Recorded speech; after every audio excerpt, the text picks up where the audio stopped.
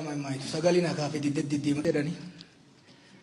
Abbaan gadaa kun baay'ee carraa kan dhugaa isin jedhan. Namoota ga'uudha malee dubbiin asuu ga'uun qabdu namillee wal ajjeesuun qabu ture.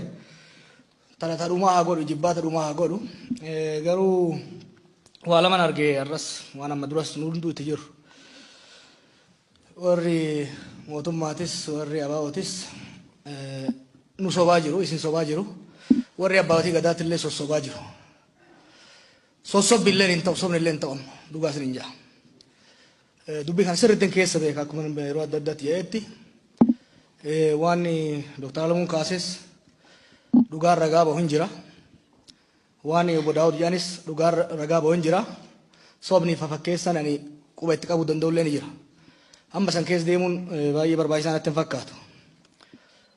Wanni ani Oromootti himuu barbaadu haalli ammaa kun waan hedduu nama qaanessu waan addunyaa nutti kobolchiisaa jiru waan qabsoo uummata kanaa gaxxiqqeesse waan ce'umsa kana gufachiisaa jirudha jechuudha. Warri abbootii gadaa sossobuu yoo dhiiftan warri dhaabbota lamaanillee sobuu yoo dhiiftani furmaanni an akka ilma Oromoo tokkotti akka nama dubbii tana sirriitti beekutti akka abaa'oo keessa dhalatee oppidoo jalatti guddateetti isinitti himu jira. Kunis abbootii gadaa waan gootan isinitti himuwan isin gorsuu akka ilma keessanitti obbo Daawudiin ajaja dabarsii waraanni haa galu jedha asumatti waadaa seensisa. Hooma akkuma narreefu jedhetti wanni inni tarreesse komiin inni tarreesse hedduun dhugaa qaba.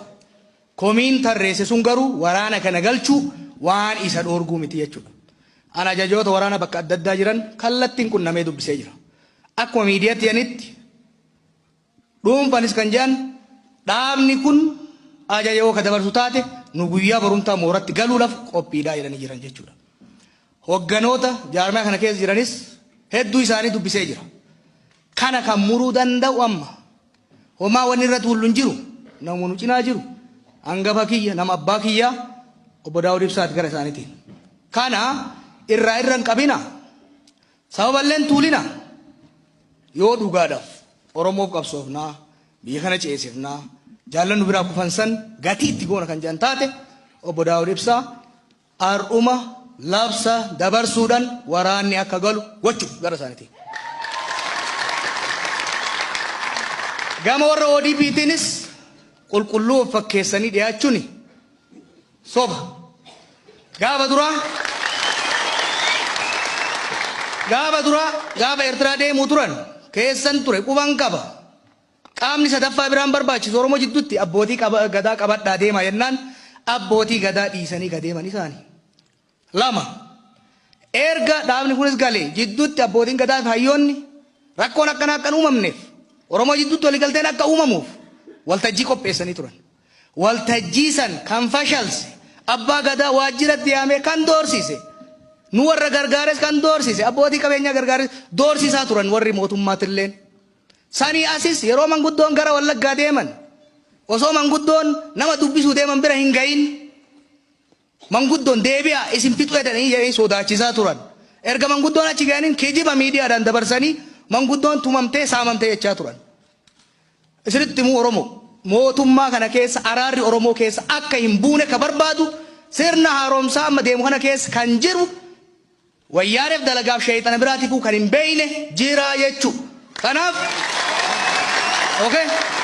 Kanaaf Dr. Alamuu tokkoffaa Dr. Alamuun dhimma kanarratti waan dubbatuuf illee naan galuun waliigalteen kan jiru adda bilisummaa uummata obbo Daawud Faatii fi mootummaa naannoo Oromiyaa jidduutti amala itti ta'eet sharrii wayyaaniin lafa keetti keessaa ba'uu dideeti malee dhimma mootummaa bakka bu'ee dhaabni seenuu hin qabu. Aki goonu Oromoo dubbiin dheeressinu hin tuttuullu dhugaa walitti himnee addaan galla. Ji'a 8 yeroo kanatti silaan warra filannoof qophoofna. Yeroo kanatti har'a qabeenya afaan wayyaaneetii hambifne xiqqoo san irratti akkamitti misoomsinatti hojjenna. Amma wanni ta'u obbo Daawudilleen ajaja haa dabarsu. Warri mootummalleen kijibduuf keessaa baasanii warra waliin nu dha'uuf keessaa baasanii waraana bilisummaa Oromoo kan Oromoof gadi ba'e namni na bira jiru kun ajajaa waraana turan jechuudha. Hedduu warri as keessa jiru obbo Dhugaasaa dabalatee waraana turan jechuudha. Ijoollee irra jiran kana qofa miti. Warra jiran kana kabajaa isaanii malu itti godhanii mooraatti galchanii leenjiin barbaachisaa kennameefi waraanni kun humna nageenya Oromiyaatti akka makamu akkuma gaafa duraa walii galan ammas waadaa san haaromsuu qaban. Kanuma ka ta'uu qabu jaran. Kana alatti abbootii gadaa manguddoo Oromoo ijaarsa irraa naambisa. Ani isinitti himu ani nan beeka jara kana isin sirriitti hin beekne. Abaa'oo keessatti hin daladhe nan beeka hunda isaanii. Oppidiyoon mataa keessa na tumaa turte nan beeka hunda isaanii. Sirriitti isaan beeka. Wajjin hojjedhes isaan gara fuulduratti baasuu irratti illee wajjin hojjedhes dhugaan jiru jarri kun wal amanaan turre. Iccitii tokko isinitti himu nu asii jaarsummaa jenne handaara keessa deemna. Asii walitti isa hin qabna. Obbo Daawud Faan Harargeetti osoo nafin mooraa waraanaa bananii leenjisaa turan. Dhugaan kana ka jiru. Akkuma torbaan darbeetti illee dhaqee dubbisee tindu. Jarri kunillee asii araara jechaa asii nu sossobaa waraana isaanis cinaa Somaaliyaa irraa kaasanii cinaa Eertiraa irraa kaasanii Wallagga galchaa turanii jechuudha. Har'a ummanni Wallaggaa ummanni akkasi qabsaa ture suni halkan warri Obbo Daawud Ibsaa guyyaa warri Alamuu Simee ummata shoorar keessaa jiran. Okay? Kanaaf dubbii irra hin qaqqabnu. Obbo Daawud kabajaa guddaa wajjin sababa ati tarreessite waraanni kun mooratti galee dhaama yoo jette wajji dhaamna dheenee mooraa san keessatti shakkiin akkasii yoo biiraw taate sababni ta'uu hin danda'u. Dhimma nadhii gammadaa yoo taate si qofarraa miti abaa'oo qofarraa miti ummata Oromootirraa badanii wajjin qabsoofne bakka isaan bu'an agarsiifna jechuudha. Roorroo bifa adda addaatiin jiraattu yoo taate sababa 19 tarreessan yoo ta'u taate hubadha biyya kanatti hin ceene yoo jennu taate dhaabni tokko keessaa harcee ta'uu hin danda'u. Isin wajjin qabsoofna. Garuu wanni waliin sobne immoo jira. Hamma waraanni sun daggala jirutti asii isin gargaarullee hin dandeenyu isin asitti nu wajjin mari'achaa waraanni keessan achi wal dha'uu hin danda'u jechuudha. Kabira namuu ka beekuu qabu. Mootummaan amma jiru ka ODP'ti jaalannis jibbines. Amaanaan ce'umsa kanaa ka kenname Abiyyi Ahmaditti Lammaa Magarsaatitti. Kana ka beekamuu qabu.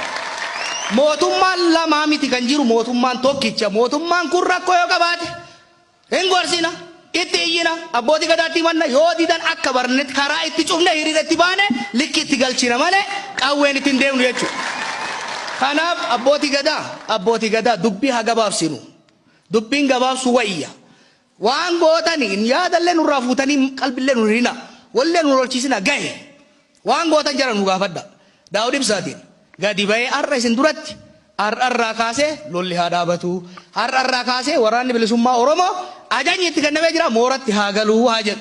Jarri kana yoo ka godhu taate yoo jara amanuu baate anaafi bayyanaa sanbatoo manguddoo biraa dabalannee waraana kana bira dhaabannee mooratti galchinee waan barbaachisu hin goona. Kana achitti yeroon walgayii teenye yeroollee of biraa qisosnee ummata keenya shawwadaa jirra. Hundi keenya tibba darbe obbolummaa bira dhaqnee waliin mari'annee paartileen kun walitti dhufan jennee paartii 14 finnee tokkummaa jennee ummata keenya harka dhoofsifnee torban osoo hin gahin qalbii cabsine. Torban osoo hin gahin wanni lafa geenne sun hagarraa paartileen sun wal dhufanii hin jaaramne jechuudha.